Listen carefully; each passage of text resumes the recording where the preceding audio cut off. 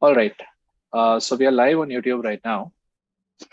Let me take about 2 to 3 minutes to give a brief introduction about myself and about August Academy. And then we can take your introduction and then we can discuss what questions you have. So my name is Karthik and I run August Academy. In fact, we've been in business since 2013. And in the last 9 to 10 years, we've worked with about 250 students or so. And a good number of them have gotten into schools that are ranked in the top 20 across the world. So that would include within the Americas, we are talking about Harvard, Chicago Booth, Kellogg, MIT, Duke, Darden, Tuck, Michigan Ross, Columbia. In Europe, we are talking about London Business School, INSEAD, Oxford, Cambridge, HEC, IEI, ISA, SADE, IMD. In Asia, we are talking about NUS, NTU, and HKUST. And within India, of course, we are talking about ISB and the executive programs at the IIMs, including IIM A and IIM. So this is pretty much all the top schools across all the continents. And we've been very fortunate so far. And we hope to continue this into the future. A personal introduction about me. I am alumnus of Stanford and IIT Madras, and I spent a short stint working in the corporate sector before I realized that I wanted something where I could be more engaged and in touch with what I was doing. So I wasn't getting my satisfaction because I wasn't able to see the impact I had on people when I was working in the corporate sector. Whereas now I talk to people, I help them discover themselves, their careers, help them make transitions to better opportunities. And when I see this, I feel good about it. And I think that's what drives me here. Can we have a short introduction from the three of you, and then we can go on to questions? Yeah, I'll go for it. I'll go ahead. Yeah. So finally, glad to meet you, sir, and I'm happy that we share the same alma mater. So, brief introduction. My name is Shimon Joseph, and I'm a graduate of IIT Madras. So, after I passed out, I got into EdTech, which is a very unique field, I feel. And I worked in companies like Byju's and Vedantu for the last 4.5 years. And now I just want to try to do an MBA and see how it goes and what the future holds and what are the opportunities that it can open. So that is all about. Great. So I just posted on LinkedIn today about how people actually end up making a variety of unbelievable transitions through their careers. So I got an example of somebody who started out in the resources sector and then went on to venture capital in the long term. Okay. And I was just thinking to myself, okay, do we know somebody from education who's transitioned to the venture capital sector, right? And maybe as a joke, you do know there's a joke that Baiju Ravindran is actually running a venture capital firm, right? So, that's one person who's done that, at least. Yeah, he's done great work, of course, but it's just a joke. Does somebody want to go next? Just a short intro.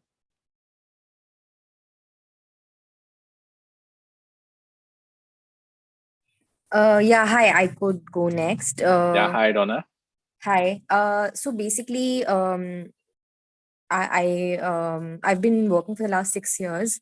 I've been sort of jumping around industries, but I started with analytics. Like I was with Genpact, where I was in their consumer analytics division for a couple of years.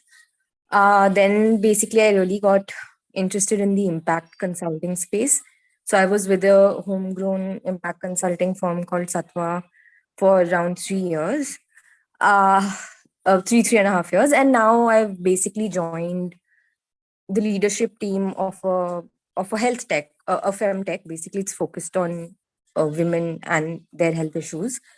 And that's where I'm at. And yeah, I mean, like some other people said, I just want to sort of understand how to go about an MBA. I feel like I needed to kind of just give myself a different direction. Yeah, and that's why I'm here. Okay, sounds good. We can definitely discuss your questions. We are at 6:38 right now. We can take maybe one other introduction. Does someone want to go next? Hey, hi, Karthik and Hi, everyone. Saksha. Hey, sorry for joining a bit late, first of all. But let me introduce myself quickly. I've graduated from IIT Guwahati in 2015 and been working with Flipkart for past 7 years. I aim to join MBA program and would want to apply starting this fall. And I've come here to understand how the process works. What do you need to keep in mind while going into it? And what are the red flags you need to look out for? And just to learn about general preparedness about the process. Yeah, Okay. That's about me. Okay, sounds good. People, I would love to have everybody's introduction, but since we are almost at 6:40, I want to start the Q&A. So if it's okay with you all, you can introduce yourself as you're asking your question.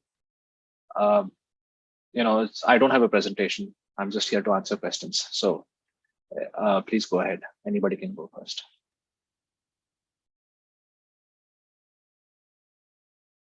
Will applying in round 2 be a disadvantage to anyone? So it's a very complex answer, Shumon.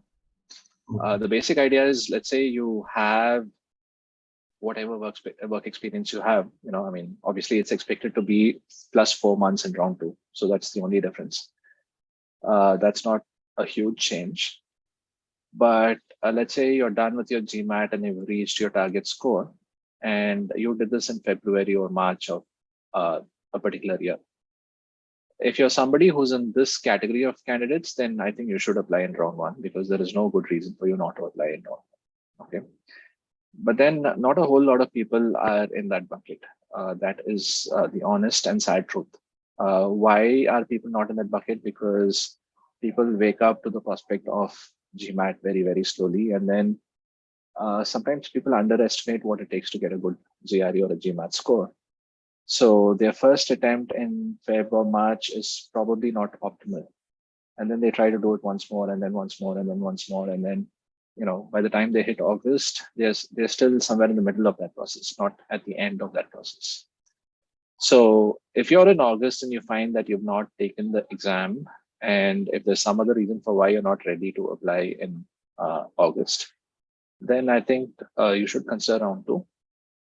It is always better to have a stronger application in terms of your Gmat and having well thought out essays in round 2 rather than a rushed application in round 1. So that is definitely not going to be very helpful for you. So a well-prepared application in round 1 is the best possible scenario. A well-prepared application in round 2 is the second best scenario. And a half-hearted application in round 1 or round 2 is something you should actually avoid. Okay. So it doesn't matter whether it's round 1 or round 2, just don't send anything half-baked. Does that answer your question? Got it. Yeah. Yeah. One more side point is typically colleges fill up about 40 to 45% of their seats in round 1 and maybe like 35 to 40% seats in round 2. Okay. So it's not that much of a difference. Okay. But it still is a difference. Got it. All right. Anybody has any other questions? Yes, I had a question. Hi, Anshul. Hi. You want to introduce yourself as well? Yes, sure. So I have done my engineering from Indraprasth University, and I'm working in a healthcare consulting firm since 2 years now. I'm planning to apply this year so that I have somewhere around 3 years by the time of attending the school. So I've opted for GRE and I gave my GRE, but while looking at some of the university's website, I was able to kind of infer that there is a gap between the average GRE and the average GMAT score that they have listed on their websites. So I wanted to understand if I should go by that and shortlist my universities according to that, or should I do the GMAT conversion and according to that I should be shortlisting? My suggestion is to do the Gmat conversion and then do the shortlisting as per that. The reason being, see, stats are an outcome of the numbers we work with. And it's not necessarily something that is designed and we move towards that. Okay. So right now we have a lot of Gmat scores being reported. So the average Gmat is a reliable indicator, whereas the number of GRE scores that colleges receive, it's not as high as the Gmat. Okay. And so the averages that you get there might not be as reliable. Okay, sure. That answers. Thank you. Does somebody else have any other question?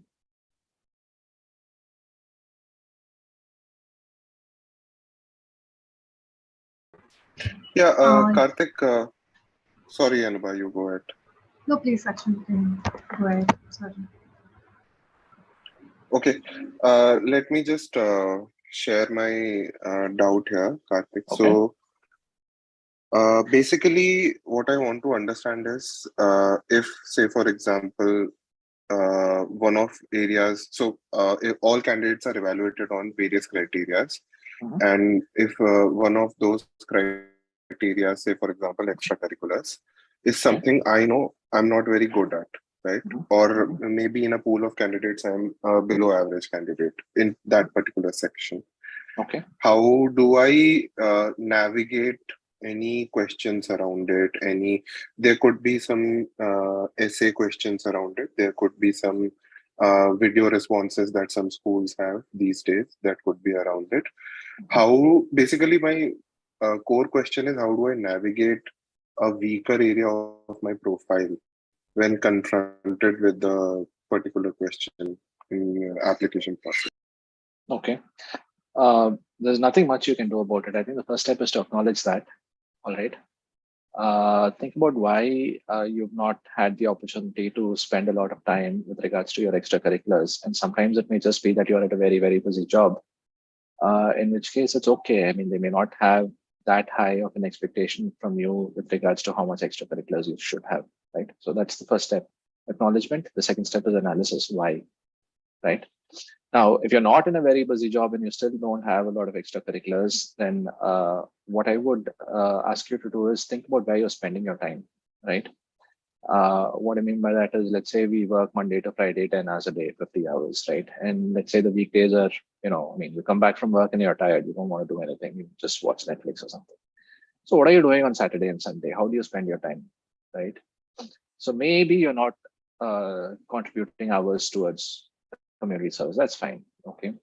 But are you learning a new language, or are you pursuing a hobby? Are you somebody who likes to travel? Do you like to read? What do you like to read? Literature or fiction, or books on business? Are you somebody who hangs out on forums related to the Indian Army's weaponry, right? Like, how are you spending your time, right? Are you a video game on a competitive level, right? I think there's this whole concept of esports nowadays, right?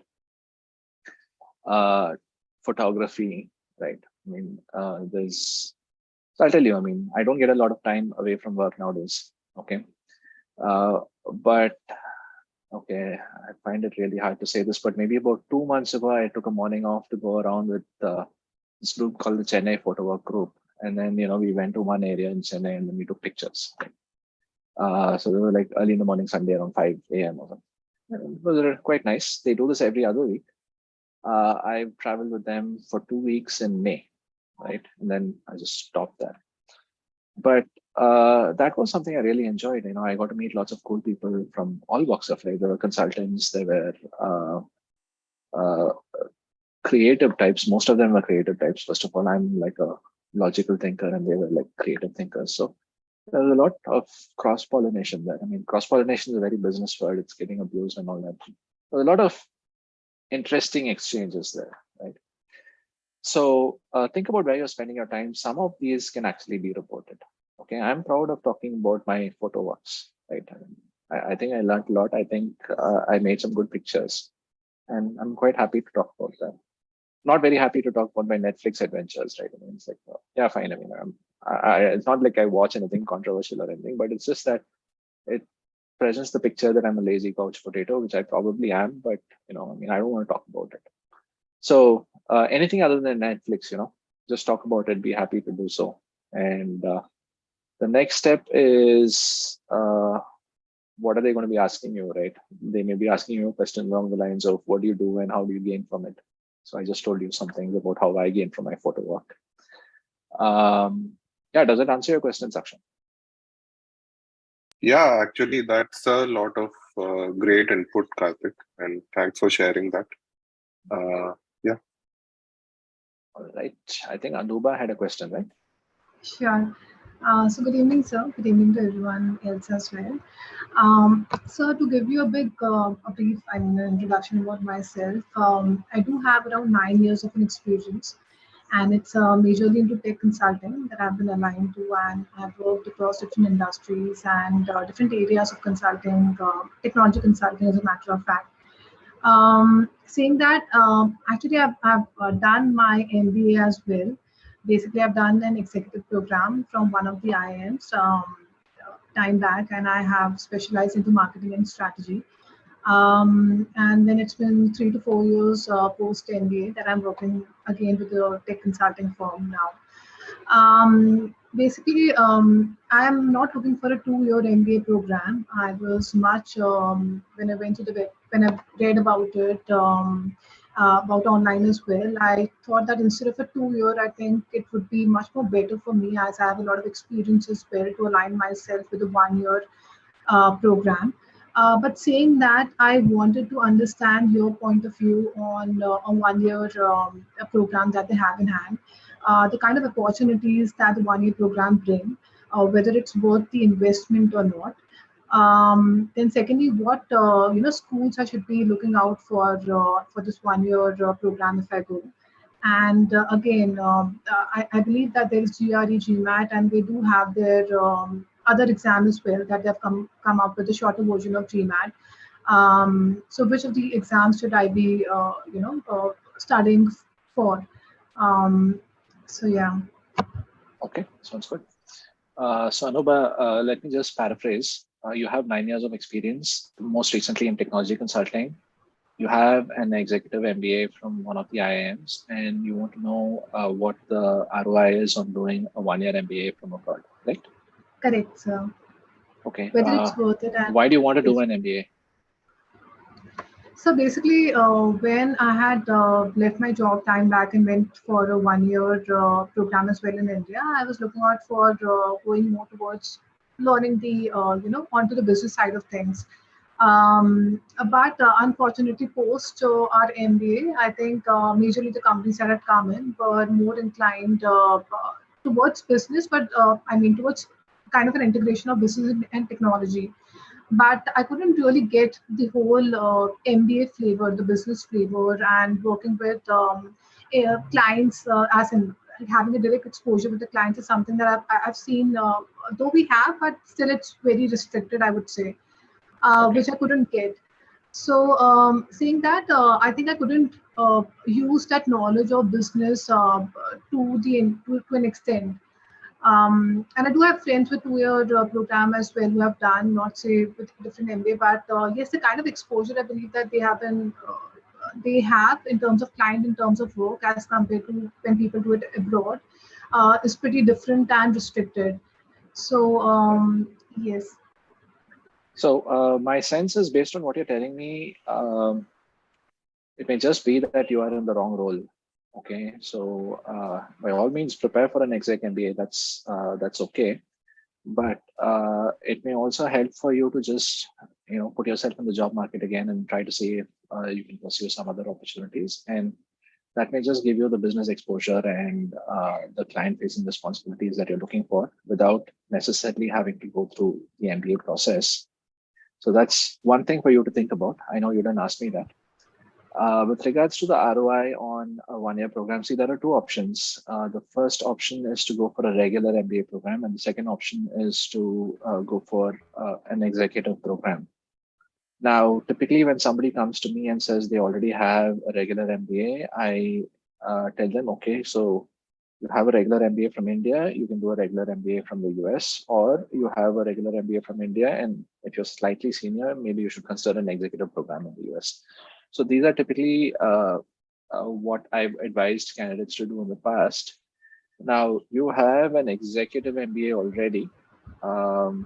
So I'm not quite clear if you can go back and do a regular MBA. That's a first time kind of question for me.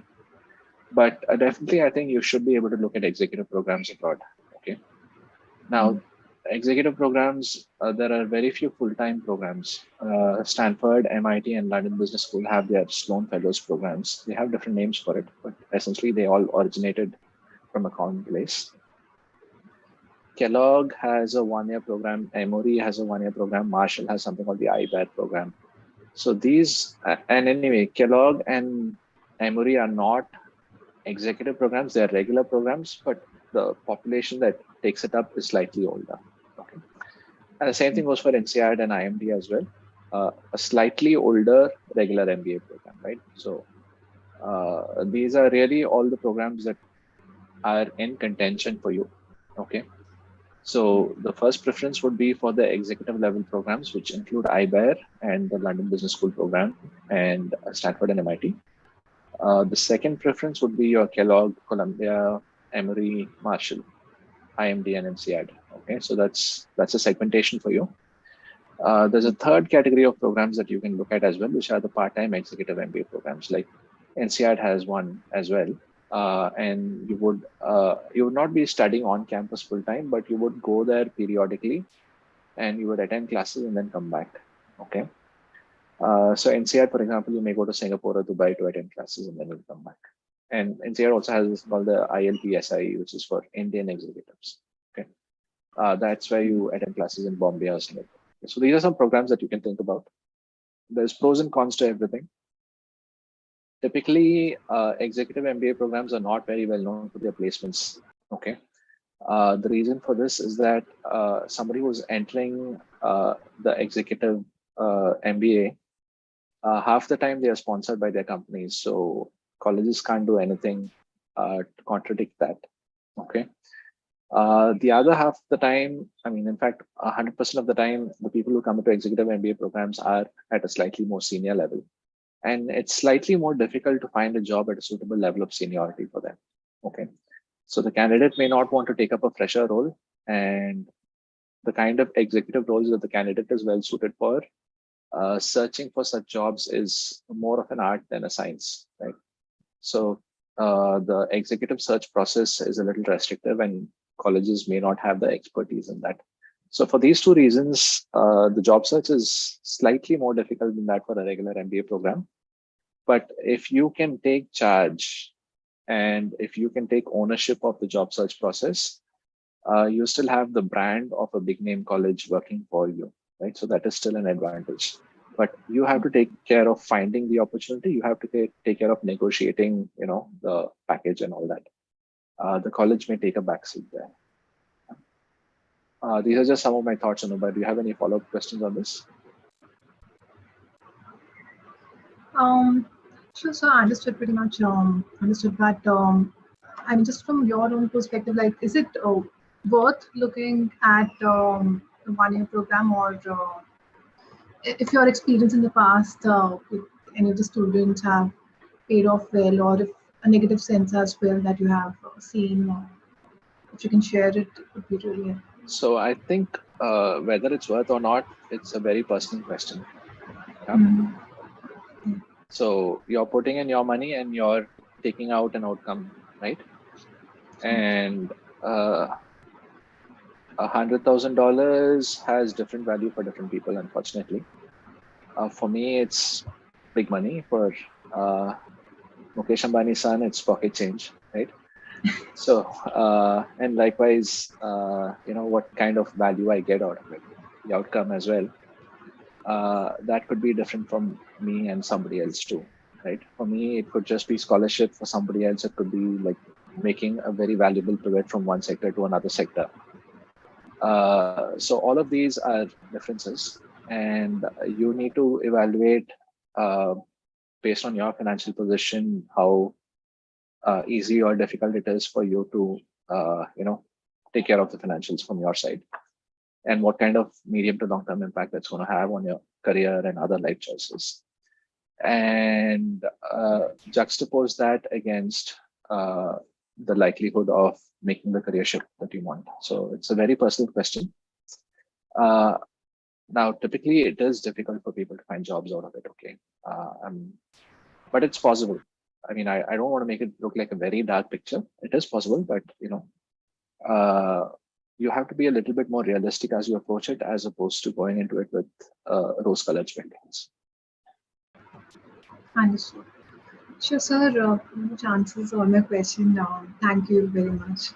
Thank you. So Lakshay has a question. It's on the chat. Can you share a few tips on how to approach Wharton's second essay, taking into consideration your background, personal, professional, and/or academic? How do you plan to make specific, meaningful contributions to the Wharton community? Also, any tips as to how to research specific contributions? Okay. The second part of the question is actually the easier thing for me to answer.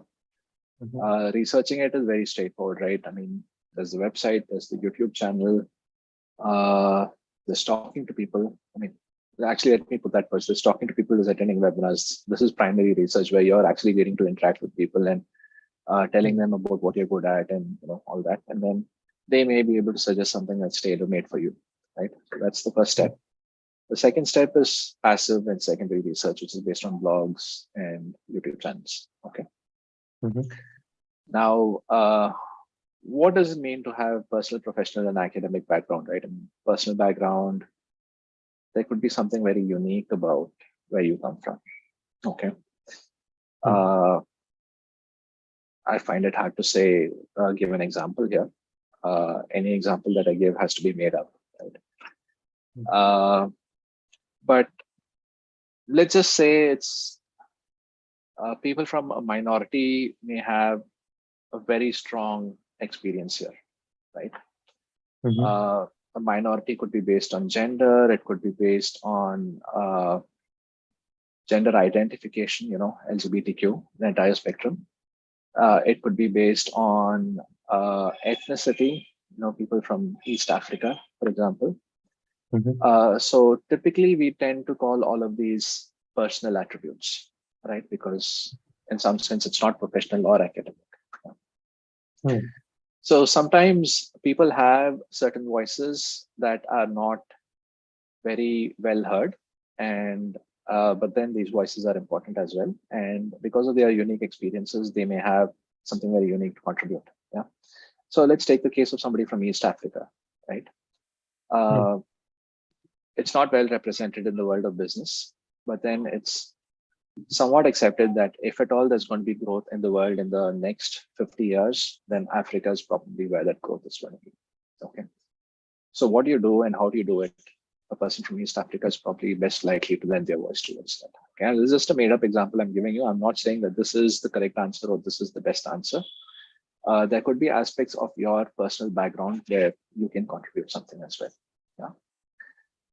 Professional contributions, of course, I mean, that's slightly more obvious. What are you and what are you good at? And based on that, what kind of voice do you lend, right? So, I mean, as an IT engineer, I can talk about how to make fancy software products. That's like the most obvious thing. And that's what a lot of our Indian candidates are able to talk about. Now, what if you're not an IT engineer? Then, maybe you can't talk about products. But if you're a lawyer, for example, you may be able to talk about cross-border transactions, and maybe there aren't a lot of lawyers applying, right? So from a professional point of view, that means you're going to be giving a voice which is not very often heard. Academic, I mean, I find it hard to give examples here too, but let's say you're a researcher, you have a PhD or something along those lines, and you understand like the electric car segment or making batteries much better than other people do. And that's a valuable contribution you can make also. So I've given you some corner cases, not saying that these are the best possible examples, but these are some possible examples. Try to put it together, and then, based on who you are as a person and where you come from in terms of background, what kind of contributions can you make? and then, professional and academic as well. Any Got it. follow-up questions on that, Lakshay? Yes, one quick question. So, for example, I come from 4 years of analytics/consulting background, right? So, one obvious choice for me is to help other students prepare for case interviews. Okay. But I believe that is going to be a bit more generic than specific, right?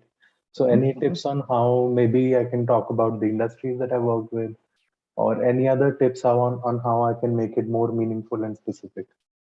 So, did you just do like random analytics, or did you work on a particular kind of project? What kind of outcomes did you drive for your clients? Go into a little bit more depth and try to see how that can be relevant to some of your opportunities at Rotman, right? So maybe you helped a telecom giant in Africa do something. So does that mean you understand something more about telecom in addition to analytics? Maybe, maybe not. Does that mean you understand a little bit about Africa? Maybe, maybe not. Right? So, think out of the box a little bit and push yourself also. All right. Thank you, Karthik. Definitely. Yeah. One question. Yes, is this Anshul? Yeah, hi Yeah. Anshul, how are you? Hi, I'm good. So a lot of the extracurriculars and the community work that I've done is without the certificates because it has been voluntary. If needed, I could probably produce the letter of recommendations from the people who have managed me, but I wanted to check what are the certifications and paperwork that is usually required to support the applications or post securing an admit. Yeah. Believe it or not, this is actually one of the more difficult questions I face on a year-to-year basis. And here's why. Technically, you don't need certificates to talk about your extracurricular activities. Okay, so let's keep that on one side. So why is it difficult, right? If I tell people that they don't need certificates, then what people are going to end up doing, and I do see this happening even without my interference, there's a lot of people just say, hey, I did this and I did that, and there's no check and balance there. Okay, so it is important to know that colleges may resort to background checks, and it could happen to you as well. And in such a situation, you need to be able to demonstrate that you actually did that work. Okay, that could be demonstrated using a certification. It could be demonstrated by having your supervisor talk about it as well. Okay. But ensure that all that is possible, and they reserve the right on how to validate this. Okay, just because you tell them that, hey, you know what, Mr. Deepak from Chandigarh is going to be able to vouch for my extracurricular experience, they're not going to take that just at face value, right? So they will choose how to do the background check, and as long as you can demonstrate to them that it was a legitimate experience at that point, that should be fine. Right now, you don't have to worry about certifications. As long as you did it, just go ahead and report it. That's all I would say. Got it. Makes sense. Thanks a lot. Do we have any other questions? Hi, Karthik, I had a question. So I'm not planning to apply this time round, but I wanted to start my preparations for either Gmat or GRE. I took a shot at sort of, trying out questions from both. And obviously GRE was much more easier for me for whatever reason. And so, but because I have time, right, I can maybe put in the effort to prepare for Gmat as well. But I just wanted to understand, does it really put one at a disadvantage to sort of apply with the GRE? Sort of like a implicit disadvantage, because I hear everyone say that they're at par, but I've also heard people say that there's sort of like almost an unconscious bias against GRE and all of that. So just to understand. There's absolutely nothing of that sort. If you find that the GRE is easier for you in some manner or the other, go ahead and take the GRE. The only thing is, look at the GRE Gmat converter on the ETH website, right? So just because you get a 325 on the GRE doesn't automatically make it better than a 700 on the Gmat. They are roughly on par. Okay. So, look at your Gmat scores, look at your GRE scores on the mock exams, and then do the GRE Gmat conversion. If the final Gmat is higher for your GRE, then take the GRE. Or if your actual Gmat is higher, then take the Gmat, right? So that's the only thing that should matter to you. The actual choice of exam itself shouldn't matter. Now, I found that in several cases, there's a very close correspondence between their GRE and the Gmat scores. So it's very rare for somebody to have something that's more than 10 points plus or minus on either side. When I say 10 points, I mean 10 percentile points, right? It's usually within a much narrower bandwidth of around 3 to 4 percentile points plus minus. Okay. But yeah, if you are breaking through that, and if one exam is much easier than the other, then go ahead and take the easier exam. Got it. Thank you. Any other questions? Hi, Karthik. I'm Krishna this side. Hi, Krishna. How are you? I'm good, Karthik. Yeah, happy to be here. Karthik, I read most of the times there are so many clubs in B schools and all. So, like when researching about a B school, like how, what should we read about these clubs and what added value will they give? And can you give a little information about what are these clubs and all? Sure. Yeah. So, I mean, typically clubs are, there's multiple kinds of clubs. There's clubs based on professional interests. So if you're interested in consulting, there could be a consulting club, entrepreneurship club. There could be a product management club or a larger technology club, right? There could be something in minerals and resources. There could be something in energy. There could be something in finance. There could be something in private equity and venture capital. So these are all related to your professional interest, right? Then there could be clubs related to your ethnicity, South Asian or Indian or East European or East African or, African American or, something along those lines. This is all related to your ethnic origins. Then there could be like other minorities, like your pride, LGBT plus kind of clubs, right? Then there could be interest-based clubs, photography, trekking, wildlife, outdoors, cricket, tennis, soccer, football, whatnot, right? So broadly, these are the three different categories of clubs. There's something based on professional affiliation and interest. There's something based on ethnic affiliations, and then there's something based on just outside interests, right? So any club is just a group of individuals who get together, and then there's like some code of conduct, and then you conduct activities in line with the theme of the club. So if you want to get into consulting, a consulting club probably will get you together. It will probably bring some consultants from the industry, and then they'll be able to give some speeches and tips on how to prepare for case interviews. Then, you'll brainstorm case studies with each other, and then you'll ask each other questions, and then you'll prepare for the interviews, very similar to group study in college and school. And then you'll help each other prepare, right? The same thing goes for product management clubs, right? You may be preparing for product management case studies. So that's typically the activity of a club. So the best way to research this is going on the website and identifying what is of interest to you. Got it. Okay. One small question related to this itself. So do we have to research related to the club that interests me, let's say product management? Does the college expect us to research about that, know about that club or something like that? Or is it okay? It is expected. Yeah, it is expected to a certain extent because everybody is doing it. There's some pressure for you to do it also. Got it. Okay. Thanks, Karthik. Yeah. Thank you so much. All right. Any other questions?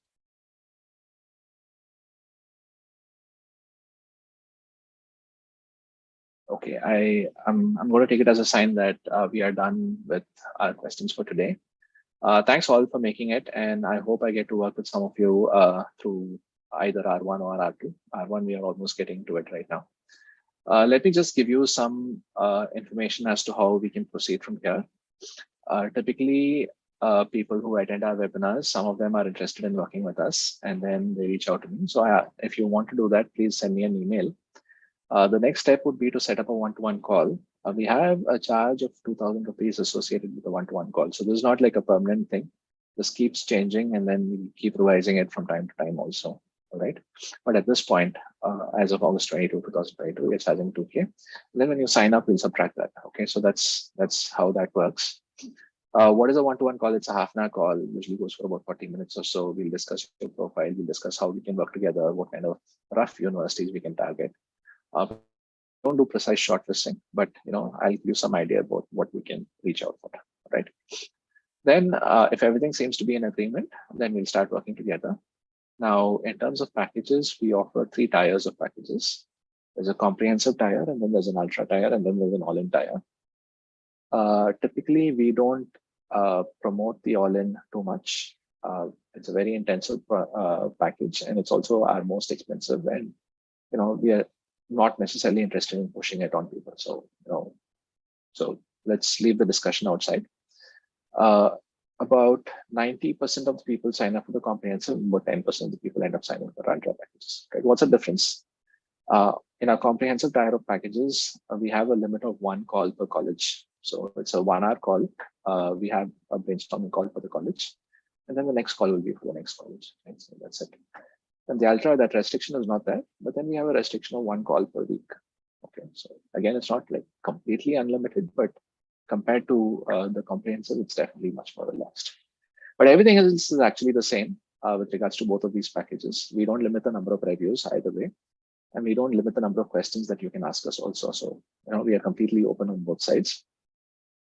Now, when you get started with us, the first step is for me to understand your background. I would be asking you some questions and asking you to write answers to those questions. People take about 10 days for this. In extreme scenarios like where we are right now, people can finish it in 5 days. At the end of the day, it all depends on how strong the fire is that's behind your back. All right. And based on that, you run faster. So after I get an opportunity to review your content, I will have a better understanding of your profile. And then I will ask you what matters to you as we shortlist colleges for you. So here's where people say, hey, I'm looking for New York-based colleges, or I want to study in Europe, or I don't want to leave Asia. So just tell me what's important to you. And then based on that, your Gmat, your academics, your work experience, and the strength of the stories that you shared with me, I will be able to make a proposal for you with regards to stretch, target, and safety colleges. The next step is for us to start working on the application material. So regardless of which package you choose, we'll help you with essays, letters of recommendation, and the resume. So we'll meet for a brainstorming call where we'll discuss your life stories, and then I'll provide some suggestions as to how you can structure your essays. So typically towards the end of our brainstorming call, we'll put together a bullet point structure, and then you'll write a draft based on what we've discussed, and then you'll share that with me. I'll give you my comments in about 2 to 3 days about how you can enhance your essays. Then you send me another draft, I'll send you more comments. We'll keep going back and forth till you get it right. It's a very, very straightforward process. It's all about you giving me a draft, I giving you comments, and then you sending me a revised draft, and then I sending you more comments. Very easy. Okay. We'll follow a similar process for the resume and the letters of recommendation as well. Now, with regards to interviews, it's included in the Ultra, where we just have a 5-college option. In the comprehensive, it's included in the 5-school comprehensive. In the 3-school comprehensive, it's not there by default. We charge extra for it. Okay, so this is everything you need to know. In terms of fee structure, for the 5-school comprehensive, which includes 2 mock interviews, we charge 250,000 plus GST, which is 295. And for the 5-school Ultra, which does not limit the number of calls, but otherwise it's the same as the comprehensive. That's the only point of difference. We charge 340 plus GST, that comes to around 4 lakhs. Okay, a little bit plus minus. Yeah, in addition to that, we had a lot of Zoom workshops in the past, not what we're doing right now, but targeted and focused Zoom workshops. These are for the resume or for the essays. So we have videos where we talk about all this, and then those videos are also included in our counseling package. Okay. So if you're interested in learning more about how we can take this forward, please send me an email. I would encourage that we have a one-to-one call, and then based on that one-to-one call, we can take it forward from there. For people who are watching this on YouTube, at some point in time, we do plan to make a list of questions that were discussed in today's session. What happens when we make a list of questions is that we also have the timestamp, so you can just click on that timestamp, and then you will automatically go there. So, for example, we had the discussion on what essays today. Let's say that happened at around the 37th minute. You just click on 37, you go to what an essays, and then hey, that's where we are. This is literally efficient because it allows you to talk about what is just watch that part of the video which is most relevant for you, right? And a final request is please like, share, and subscribe this video. And that's important. We are a small business, and one of the biggest challenges a small business faces is marketing, which is reaching out to people who are interested in your services, right? And YouTube makes it slightly easy for us in the sense it allows us to have a global reach. But in order for the YouTube algorithm to pick up our videos and broadcast it to somebody in, let's say, South Korea or the US, for example, it needs a lot of endorsements from people who are enthusiastic, right? So your like and subscribe is just an endorsement, and it's very valuable to us. So it doesn't cost you anything. It helps us a lot. So please go for it. All right. All said and done. Wish you guys all the best with your journeys, and please keep in touch. Bye. Thank you. Thank you. Thank you.